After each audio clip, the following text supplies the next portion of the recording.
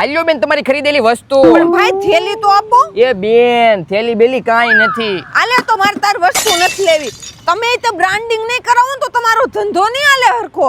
બાપા સીતારામ બેગ વાળા સાચું કહેતા તો અહીંયા જવું પડી છે. અરે મિત્રો, બાપા સીતારામ બેગ વાળા હોલસેલ ભાવમાં 1000, 5000, 50000 તમે કયો એટલા બેગ બનાવી આપીએ. જેમાં single colour bag, 2 colour bag, 4 colour bag બનાવે. વેરાયટીની વાત કરી દઉં ને તો D cut bag, loop handle bag, jewellery bag, BOPP bag બનાવી આપીએ.